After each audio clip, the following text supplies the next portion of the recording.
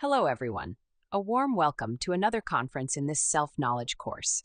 Today we will study topic number 42 out of the 50 lectures that make up Phase A of this course. In this lecture, we will explore the two kinds of knowledge that exist, objective knowledge and subjective knowledge. We will learn how to distinguish between these two forms of knowledge. We will understand which one truly serves our inner development and what negative consequences the accumulation of subjective knowledge brings to our consciousness. There are two worlds, the external world and the inner world. Each of these worlds has its own reality. The external world is made up of everything we perceive outwardly. Because we can see and touch these things, we assume they are real, and we allow ourselves to become fascinated by them. It is interesting to observe how deeply absorbed we become in what the senses can perceive. People, animals, houses, cars, cell phones, money, prestige, luxuries, and so on. This fascination with the outside world has made us neglect the inner world. And as our personality has formed and strengthened, our ability to perceive the reality of our inner world has diminished. Yet all the things that make up the external world are temporary. Anyone who visits ancient ruins can see this. Everything passes. People, buildings, even continents change or disappear. Animals go extinct. Everything that belongs to the physical world eventually fades. Time erases it all. In contrast, the inner world, the reality that exists within each of us and that resides in our spirit, in our consciousness, is eternal. It has always existed and will always exist. As we saw at the beginning of this course when we studied what death is and what dies and what does not die, that 3% of consciousness in us, our essence, never dies. It goes from existence to existence. Even after the second death, it continues to exist. Meanwhile, the physical and vital bodies die, and the personality dissolves. But it is precisely this personality, formed in the external world through imitation of what we see others doing, that pulls us toward fascination with the physical world and material things. Since childhood, we observe everyone around us running endlessly after comfort, prestige, money, fame, pleasure, recognition, and success. We imitate that same race, and little by little we become increasingly materialistic, losing the capacity to develop spiritually. When we study the personality, we see that it is shaped by social norms, by what is considered acceptable or unacceptable in society. But if we look closely, we notice that these norms change constantly. What was scandalous a few years ago becomes normal today. From a very young age, depending on our culture and family, many religious, social, and moral ideas begin to be implanted in us. These shape our personality and influence our ways of acting, thinking, and reacting to life's circumstances. But they do so rigidly, not reflectively. We react according to what we were taught is right or wrong, not according to the true nature of the situation. On top of this, we begin receiving what is called formal education. Preschool, primary school, secondary school, university, specializations, master's degrees, and so on. We accumulate enormous amounts of information, much of which is of little real use. And through all this, our personality becomes stronger and stronger, while we move further away from our spiritual essence, from our consciousness, which is where real and eternal knowledge resides. All the knowledge we receive from the external world is subjective knowledge. It is based on belief rather than on direct verification of reality, and therefore it fills the personality with borrowed ideas but does not lead to genuine wisdom. This information feeds the personality and gradually distances us from our consciousness. Education teaches us to memorize and repeat concepts formulated by others, ideas written in books, interpreted by teachers, and passed from generation to generation. To pass exams or receive recognition, we simply reproduce that information accurately, without having verified it for ourselves. The same occurs in the religious environment. We are taught doctrines and are accepted within the family or group as long as we adopt the beliefs, ideas, and criteria presented there, repeating them with loyalty. But none of this requires inner reflection, personal investigation, or direct experience. It only strengthens the personality and fills the mind with concepts that are not our own. This is why it is so important to reflect on the fleeting nature of external knowledge and on how many concepts we were taught years ago that were later changed or disproven. There was a time when it was firmly believed that the Earth was flat, or that it was the center of the universe. Those who questioned those ideas were condemned, accused of heresy, and in some cases even killed. With time, these beliefs changed, and science began to teach that the Earth is round and that the planets revolve around the Sun. Yet recently, some groups have attempted to revive the idea that the Earth is flat, trying to normalize that belief once again. When our understanding is based solely on subjective knowledge, we have no choice but to believe and defend what seems most logical to us, and reject what does not. But that is exactly the point we must rise above, the position of believing or not believing. To do that, we must recognize the need to stop accumulating so much subjective information, so many theories, so many speculative ideas. Instead, we must begin searching for objective knowledge, knowledge that can only be gained through direct experience within our own inner world.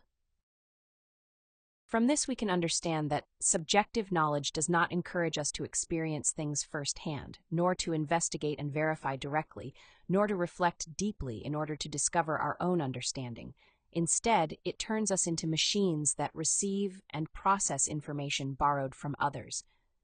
Subjective knowledge, knowledge that belongs to the personality, atrophies consciousness and alienates it. It makes us mechanical, turns us into theorists, and paralyzes our intellectual center. Clearly, for anyone who aspires to self-realization, the less accumulated subjective knowledge they carry, the better. If we consider the great philosophers, inventors, doctors, and scientists of antiquity, we notice that they did not spend their lives filling themselves with other people's ideas. Instead, they dedicated themselves to directly observing phenomena, understanding them, and investigating the reality of things within their own inner world. But as societies have become increasingly materialistic, placing all their value on the personality, we have lost interest in true reflection and inner investigation. We settle for absorbing concepts, whether they are correct or not, simply because they are the ones society offers us. We settle for believing, and therefore we never come to truly know. The word knowledge comes from to know, which implies something that must be done personally. Most of us, in our process of intellectualization, came to believe that mechanical learning or memorization was enough, and so we became believers in everything we were told. But in reality, we have not known anything we claim to know, because we have skipped the most essential part of knowing, which is verifying by ourselves. The inner world is different. In it, we find two kinds of realities. One is the free and conscious essence, the 3%. The other is the essence trapped within the psychological self, the 97%. Yet the full 100% of our essence is what truly matters, for it is our being. That essence is our particular God, the real and eternal within us, the beautiful and unchanging.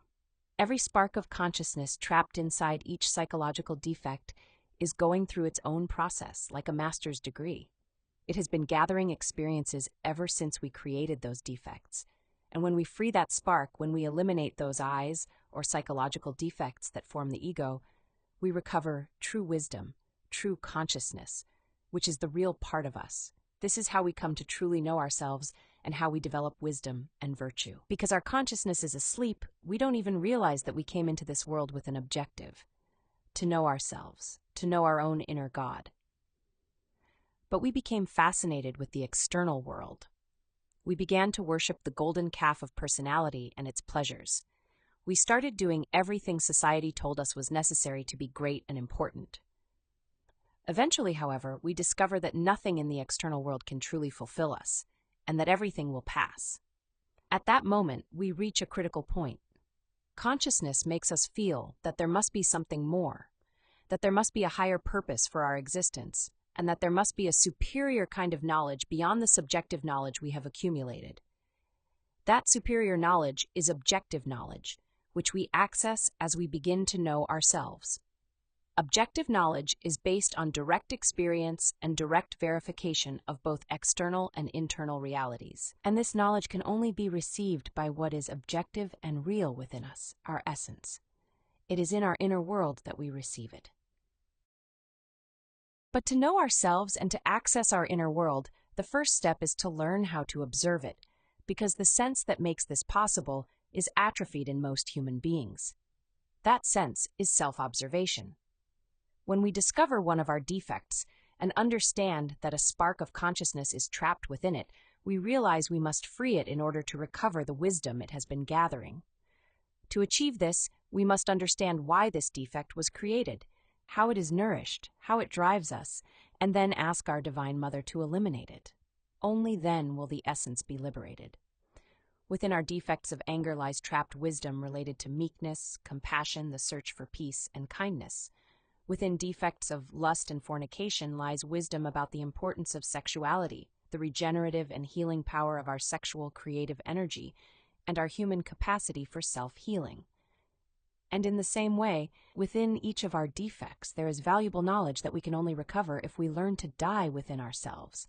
That is, if we practice psychological death at every moment. When a psychological defect is eliminated, the essence is freed. Once emancipated, it awakens its consciousness and receives from the Father its own objective knowledge, its vocation, its function within our microcosm, our inner universe. The knowledge extracted from each defect is knowledge from knowing, the wisdom that the essence gained through experience. As we advance in eliminating our defects, our being begins to integrate, and objective knowledge awakens within us. This knowledge belongs to our being. It does not pass away. It is the wisdom of our own consciousness. Inner, objective knowledge is not theoretical. It is not something we obtain from books or stories. It is something practical, something that develops through the three factors of the revolution of consciousness. When we die psychologically, we free the essence and move toward wisdom. When we are born spiritually, uniting that liberated consciousness with the free 3% through the practice of suprasex, we create the existential bodies of the being, which allow us to know the different dimensions of nature. And when we sacrifice ourselves for humanity, we consciously integrate ourselves into the law of love. To develop objective knowledge, we must create the internal bodies that allow us to perceive and understand the different dimensions of nature and the cosmos. If we neglect the creation of these superior bodies of the being, we will never know ourselves in an objective way, because it is within these bodies that the being and knowledge are integrated. Only then can we cease being mere puppets of our egos, racing endlessly and struggling until we reach the grave, and instead become fully conscious beings, immortal beings with complete awareness and wisdom of the 7 dimensions of nature. Each of us has 7 consciousnesses. These consciousnesses exist in embryo within our sexual creative energy, and when we learn to recreate ourselves through sexual transmutation, each one of them begins to unfold. When we regenerate the physical body and awaken its consciousness, we come to truly know the 3rd dimension and begin to understand the wisdom contained within the physical plane. With the vital body, we access the 4th dimension, the paradises of Genas. With the astral body, we can know the stars and planets. With the mental body, we explore the world of atoms and extract knowledge from them. With the body of will, we enter the electronic worlds, the planets of the Christ, where everything that is, has been, and will be can be known. With the Buddhic body, we enter the electromagnetic worlds, the realm of true happiness. With the Atmic body, we immerse ourselves in the ocean of light. Without these 7 bodies and without objective knowledge, it is impossible to begin to know the universe and the gods. The Greeks taught that one must first know oneself in order to know the universe and the gods. Objective knowledge allows us to perceive what is real, to understand the purpose of existence, and to discover our role in the universe. It allows us to unite with our being. If we want to reach objective knowledge, we must verify and practice everything we are learning here. Let us remember, the word knowledge comes from knowing. If one does not know directly, one does not possess true knowledge. We cannot continue relying on beliefs or merely repeating what others say. We must begin practicing and verifying, so we gradually acquire our own inner knowledge, the knowledge of our being. Only then can we give others something clear and objective.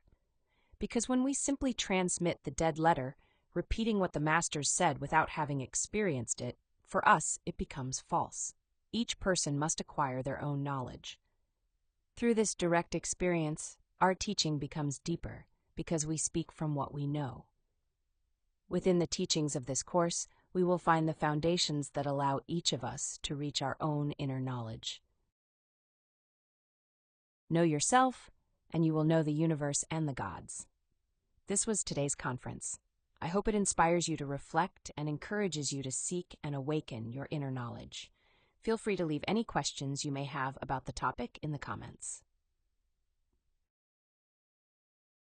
I invite you to the next conference of the course, a very interesting session in which we will talk about lust and the many aspects of it that prevent us from achieving chastity.